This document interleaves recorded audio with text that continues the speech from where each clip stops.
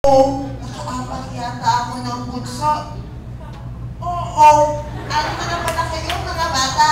Hola, ayawan Doran, ang babae na kotsero na ngayon dalaga na.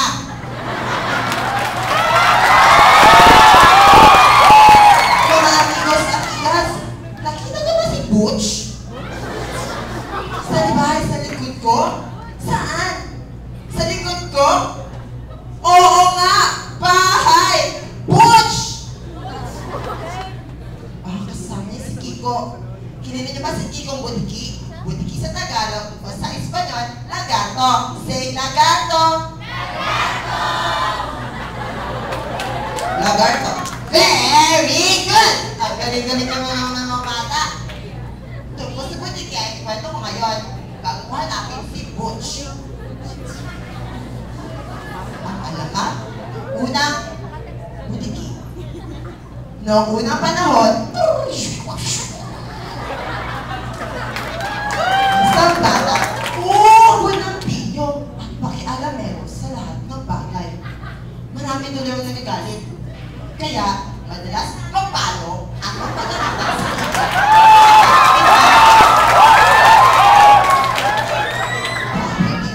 Walang may gusto makipagkaibigan sa kanya. Dihit pa ba? Laring kadala-dala ang bata ito na tumigas sa ulo at wala pang galang sa matitanda. At palibhasay, walang kalago. Ang mga hayop na lang ang ginawang libangan ito. Ang mga harong hayop ay nagiging may love dahil sa pananakit dito. Kalaun,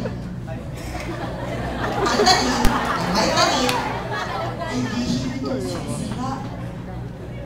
Isang araw, habang nagwawalis ng ina ang makuran,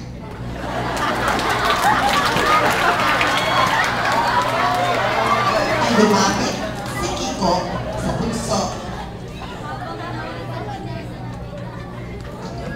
Sabi-sabi, winasak ito!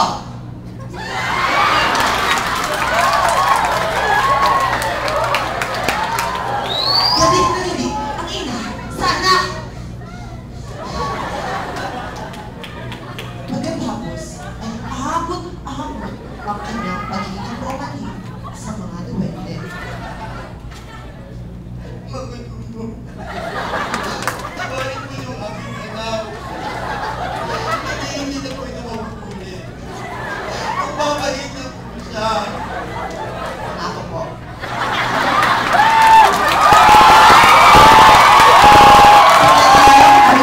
Si Kiko. Uulit ko ito ang pagkatas na nato sa pulso. Dahil masamang magaling ang mga lamang lupa. Subalit, kinabukasan, matapos isuga ang kalabaw, ay may tawag naman ang napagtunan na pansin ng batang suti. Sinundan ito. Ngunit, nawala. Nagsumuot sa nakauslipugan ng puno. Hawak ang tirador.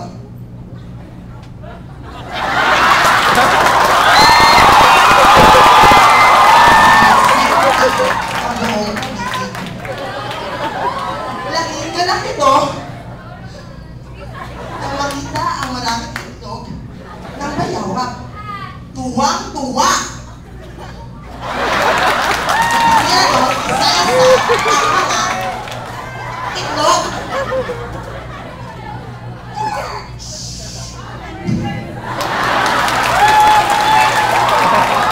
Biglang nagulat ang bata. Nang lumitaw sa harap niya ang isang duwende.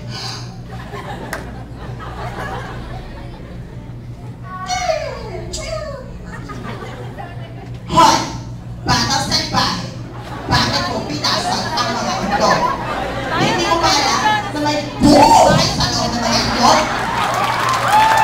Sa ginawa mo ito, magiging kalahing ka ng bayawak.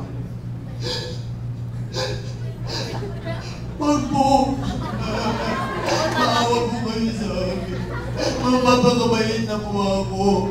Ako po. Sinungaling! Ilang beses ka na nangako tumingin. Pinapalo ka ng tatay mo. Kahapon lang, nangako ang nanay mo. Pero, nagtago ka ba? Bilang pusa, ikaw ay hahalik sa lupa bago matakipsilip.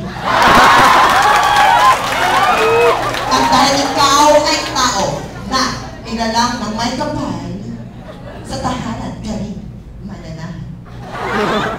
Putiki ang itatawag sa iyo. Paglikay ay linang laho ang tuwera. Biglang kumaripas na takbo ang hita ko ng bata.